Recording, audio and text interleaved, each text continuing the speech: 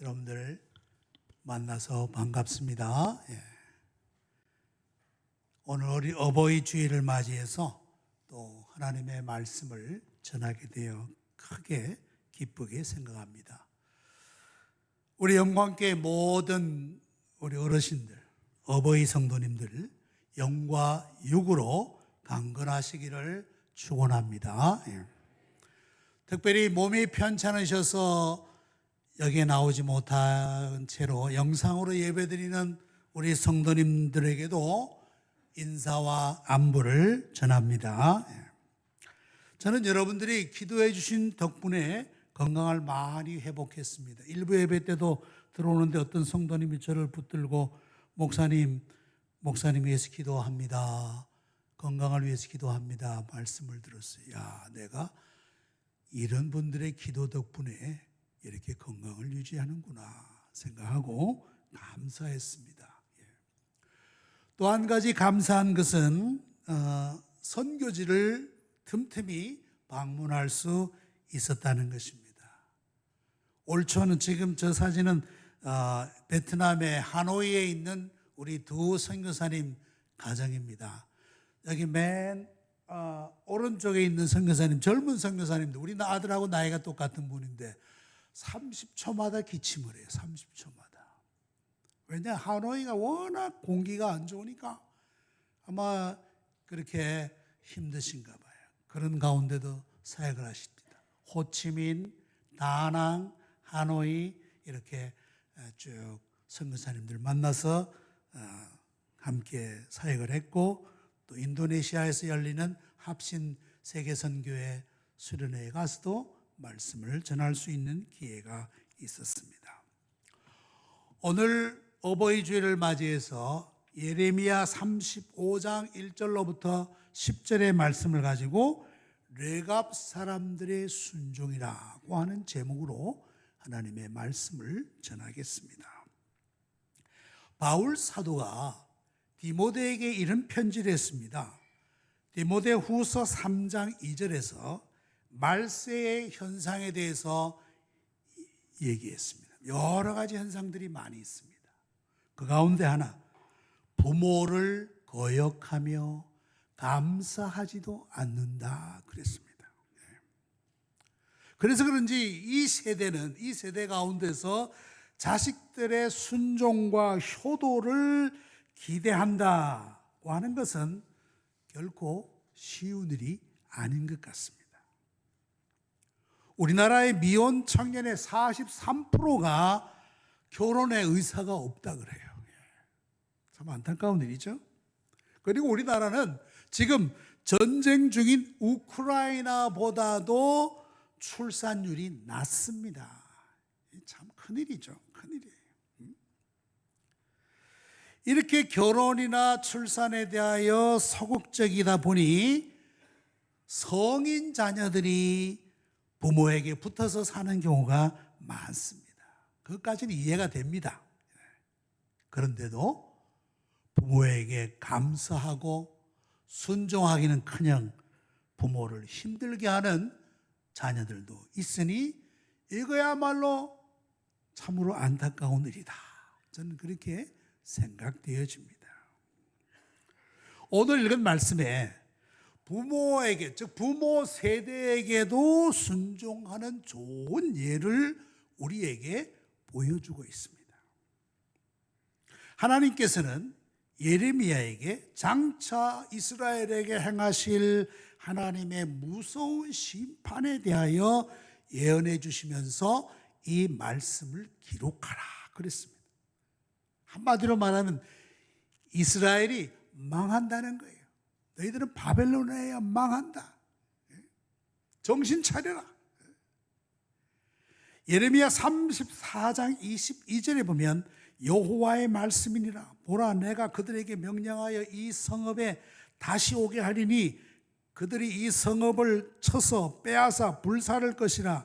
내가 유다의 성읍들을 주민이 없어 처참한 황무지가 되게 하리라. 처참한 황무지를 만들겠다라고 하나님이 준엄하게 심판의 메시지를 예레미야를 통해서 말씀해 주신 것입니다. 그런데도 불구하고 이스라엘 백성들은 하나님의 경고를 무시하고 불순종하는 것이 다반사였습니다. 저들은 누누이 예레미야 선지자를 통하여 주시는 이 말씀을 거부하였을 뿐만 아니라 예레미야를 협박하고 때리고 굶기고 진흙 우덩이에 가두는 등 온갖 핍박을 일삼았던 것입니다. 유다 사람들이 얼마나 완고하고 불순종했는가, 이걸 잘 보여주는 말씀이 예레미야 22장 21절에 보면 나옵니다. 내가 평안할 때에 내가 네게 말하였으나 내 말이 나는 듣지 아니하리라 하였더니 내가 어려서부터 내 목소리를 청종하지 아니함이 내 뭐라 그랬어요? 습관이라 그랬습니다. 너희들이 하나님의 계명과 하나님의 말씀을 불순종하는 것이 어려서부터 너의 습관이 되었다는 것입니다. 이거 얼마나 기가 찬 말씀입니까? 그것은 참으로 미안합니다만 그것은 뭐냐? 그것은 망하는 길이에요. 망하는 길. 그 시대가 얼마나 패역한 시대였는가 하는 것을 잘 보여주는 것입니다.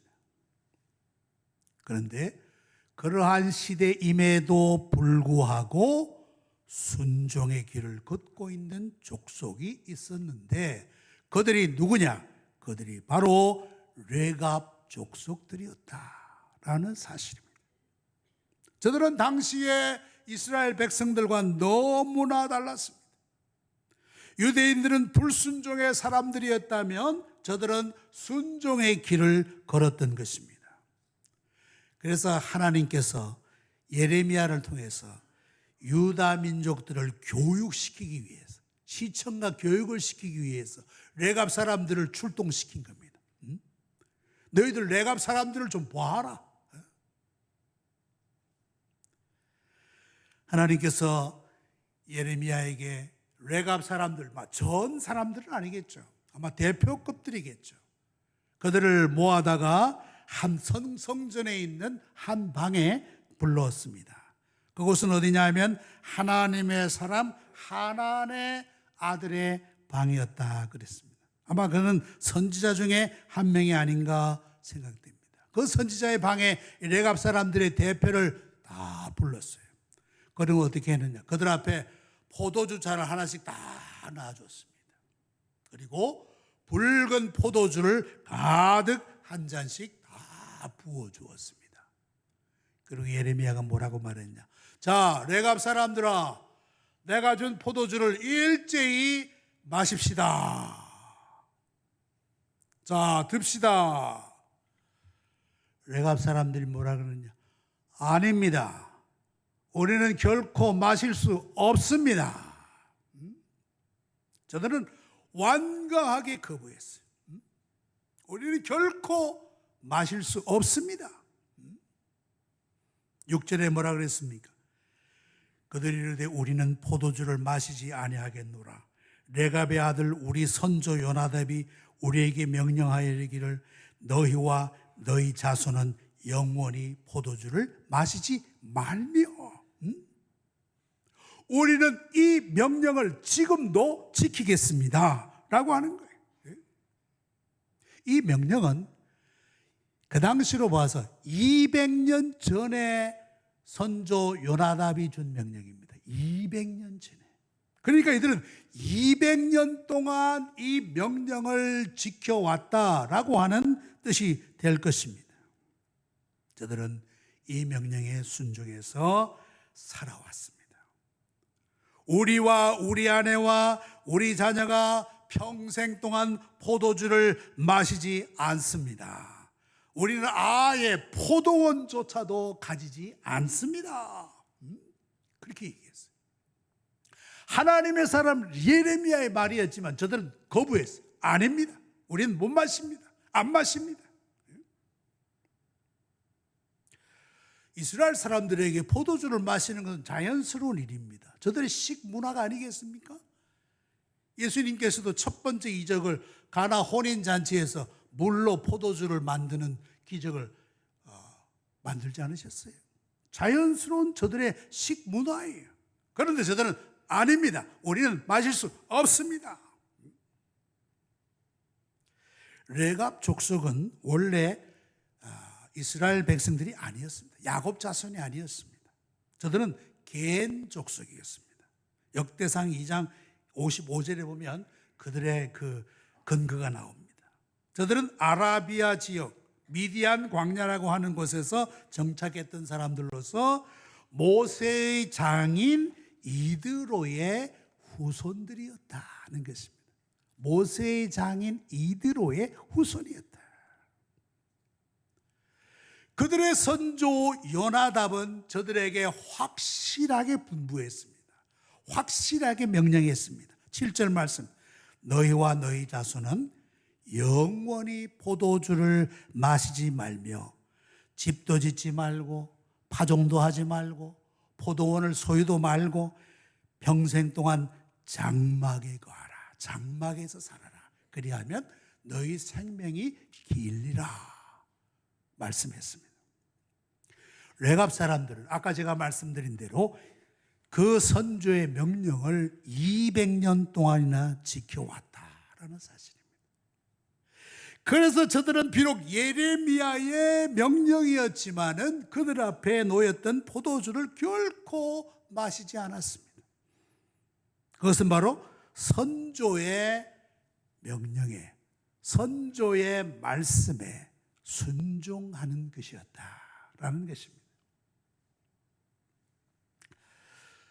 이와 비슷한 사례를 우리나라에서도 찾을 수 있습니다. 물론 신앙의 배경은 다릅니다. 우리는 유교적인 그런 배경이죠. 우리나라에 경주 최씨 부자가 있습니다. 경주의 최씨 부자. 이 최 부자는 조선조부터 시작됩니다. 조선조의 최진립이라는 사람의 가문에서 이 부가 형성되었는데, 경주 최씨의 가문이 17세기 초반부터 20세기 중반까지 약 300년 동안 부를 이어왔습니다. 대단한 일이죠. 300년 동안 그 부를 이어왔어요. 그런데 그 가정에 유명한 육훈이라는 말은 6가지 훈계가 있어요. 최씨 가문, 최부자 집에 6가지 휴문, 그 육훈, 훈계. 첫째, 과거를 보되 진사 이상의 벼슬을 하지 말라. 높은 관직 탐하지 말라는 것입니다. 두 번째, 1년에 1만 섬 이상의 재산을 모으지 말라. 세 번째, 흉년에 남의 논밭을 사지 말라. 그렇지, 흉년이라 고생하는데 어렵다고 남의 논밭 사재지 말란 말이에요. 네 번째, 집에 온 손님을 융숭하게 대접하라. 다섯 번째, 사방 백리 안에 굶어 죽는 사람이 없게 하라. 여섯 번째, 가문에 시집온 며느리들은 3년 동안 무명옷을 입어라. 이것이 경주 최씨 가문의 육훈 6가지 훈계예요.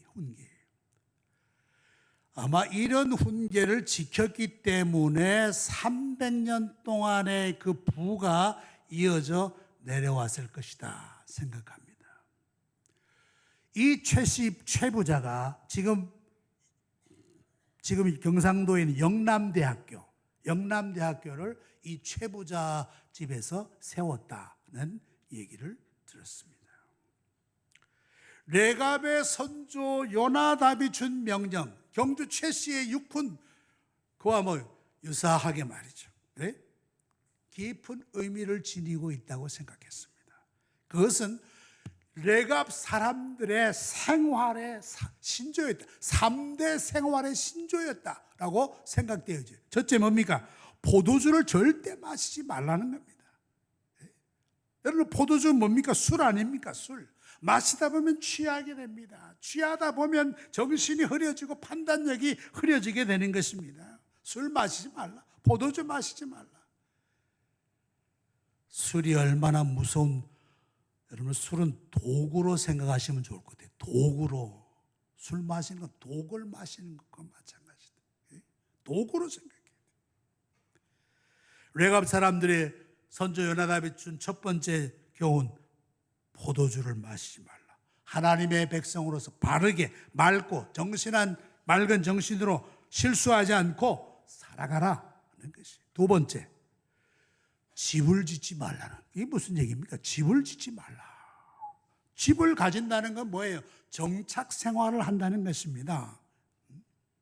여러분들 집에 정착 생활을 하다 보면 가구도 들여와야 될 것이고 가전제품도 들여와야 될 것이고 요즘으로 말하면 자가용도 사야 될 것이고 그럴 것입니다.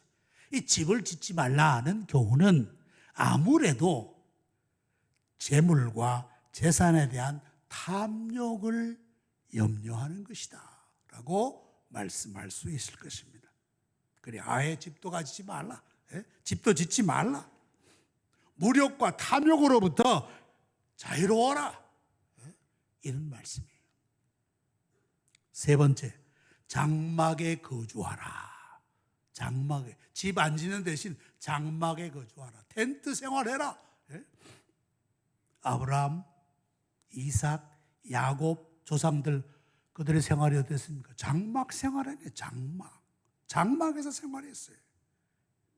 그것은 바로 지상의 삶이 나그네요 순례자의 삶이라는 것을 깨달으라는 것입니다. 이 땅이 우리의 영원한 안식처가 될 수 없고 우리의 영원한 집이 따로 있다라는 사실을 생각하라는 것입니다. 이 땅의 것은 임시적이고 일시적인 것인데 여기에 마음을 뺏겨 영원한 것을 놓치지 말라. 레갑 사람들에게 주신 3대 생활 신조라고 말씀할 수 있을 것입니다. 이건 어떻게 지금으로 보면 굉장히 급진적이고 어떻게 보면 매우 과격한 생활 방식이고 어떻게 보면 현실 도피주의적인 속세를 벗어난 그런 삶을 살겠다는 거 아니겠습니까? 그것이 과연 합당한 것일까? 제가 한번 미국을 방문하는 중에 중부 내륙 지방 고속도로를 쭉 달리다가 휴게소에 들어갔어요. 미국의 휴게소는 여러분 아시다시피 재미 하나도 없는데 먹을 것도 없고 뭐 화장실하고 햄버거 집밖에 없어요. 그런데 거기에 어떤 가족이 들어왔어요. 대가족이에요. 자녀가 한 5명 정도 되는 것 같아요. 엄마 아빠가 옷이 다 검은 옷을 입고 남자들은 모자를 쓰고 치마도 긴 치마 입고 야 이상하다. 이 사람들이 누굴까 보니까 이 사람들이 누구냐 하면 아미쉬라는 공동체의 사람들이 아미쉬. 그래서 사진 보면 나오죠. 남자들 모자 쓰고 검은 옷 입고 제가 막 교회 가는 것 같아요. 아미쉬 공동체. 이 사람들은 스위스에서 종교개혁 때 종교 박해를 피해서 16세기에 아메리카 대륙에 정착한 제세례파의 후손들입니다. 이들은 철저하게 현대 문명을 거부하고 있어요. 심지어 저들은 차도 안 탑니다. 그럼 뭐 타냐? 마차 타고 다녀요. 보세요. 마차 타고 다니는 사람. 저는 이 사람들이 이 시대에 마치 레갑 사람들이 아닌가 하는 생각을 들었어요. 조상들이 물려준 신앙의 유산을 그대로 조상들의 삶의 신앙의 관습을 그대로 지키겠다고 하는 공동체가 미국 중부에 있는 아미쉬라고 하는 그런 공동체입니다. 우리나라에도 보면 청학동 사람들, 청학동 조선시대처럼 뭐 상투도 틀고 한복만 입고 유교 경전을 외우는 사람들 있지 않습니까? 그 사람들하고 비슷한 사람이 아닌가 생각돼요. 아미쉬 공동체. 왜 그들의 선조 요나답이 이런 명령을 내렸을까? 어떻게 보면 비현실적이고 굉장히 과격한 삶의 스타일인데 왜 선조 요나답이 이런 명령을 내렸을까? 저는 이렇게 생각합니다. 요나답이 이스라엘의 미래를 내다보았기 때문이다. 미래를. 이스라엘이 가나안 땅을 정복합니다. 가나안 땅을 정복하고 가나안 땅을 나눕니다. 가나안 땅에서 생활하게 됩니다. 가나안 땅에서의 생활은 정착 생활입니다. 정착 생활. 이젠 더 이상 뭐 광야를 방황할 필요가 없습니다. 거기에서 포도원도 짓고 농사도 짓고 하면서 살아가는 농경 문화가 이제 시작됩니다. 자, 가나안 땅에 정착하면서 자연이 부딪히는 일이 뭐겠습니까? 원래 가나안 사람들의 신앙과 문화에 접촉이 될 것이고 그들의 영향을 음으로 양으로 받게 될 것이라는 것입니다.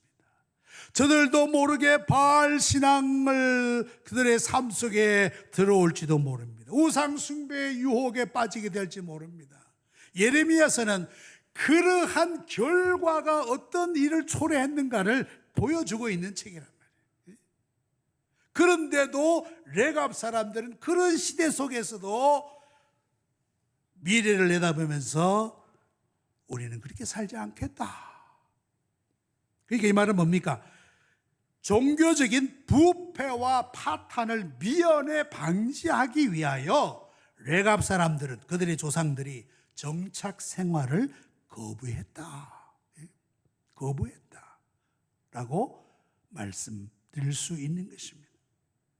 가나안의 세속적인 문명과 문화를 거부하고 하나님의 말씀을 따라가겠다. 하나님 중심의 삶을 살겠다라는 결의입니다. 제가 오래간만에 불광동에 오니까 일부 예배 때도 와서 보니까 많은 사람들이 등산 가느라 막 짐을 지고 산으로 가는 모습을 보았어요. 이야, 참. 근데 우리는 예배드리기 위하여 교회로 왔어요. 어떤 신학자는 그럽니다. 주일 성수는 이 세상에 대한 저항이다 그랬어요. 여러분들 주일을 지키기 위하여 이곳에 모여서 하나님을 예배하는 것은 이 세상을 향한 우리의 저항이에요. 저항. 우리는 세상의 문화나 문명이나 뭐 세상을 따라가지 않겠다는 최소한도의 표가 주일 지키는 거예요. 세상에 대한 저항이라고 말씀할 수 있는 것입니다. 레갑 사람들이 그걸 내다보았어요. 선조 요나답이 그걸 내다보았어요. 너희들 가나안 땅에 살면 반드시 가나안 문화와 그 종교적 영향을 받게 될 것이다.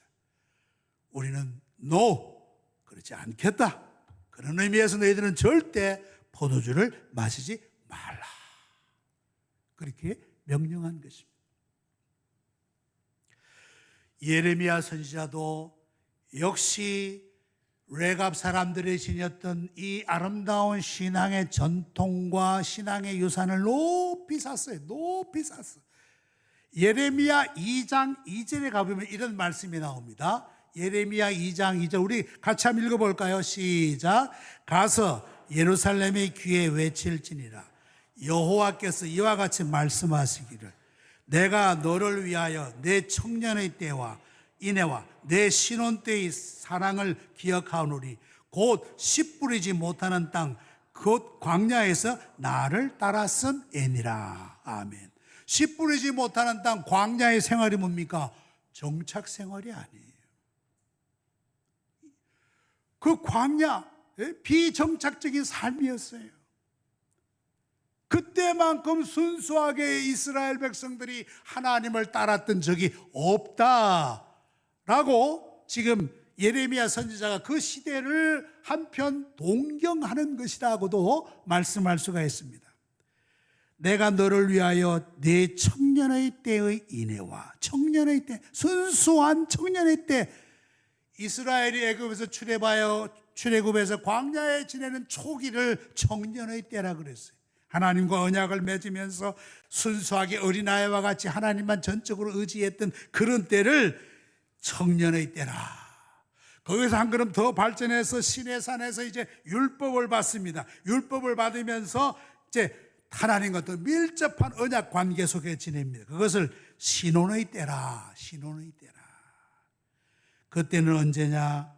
씨 뿌리지 못하는 땅 그 광야에서 나를 따랐습니다. 정착할 수 없는 그 광야에서 너희가 나를 전적으로 따라왔지, 이 말씀이란 말이에요. 레갑 사람들은 바로 그때 그 시대에 그 순수했던 청년의 신앙, 그 신혼 때의 신앙, 그 신앙을 유지하고 싶어서 그 선조 요나답이 이러한 명령을 그들의 후손에게 주었다라는 사실입니다. 그 후손들은 200년 동안 그 명령을 그대로 지켜왔어요. 전적으로 순종했다라는 말씀입니다.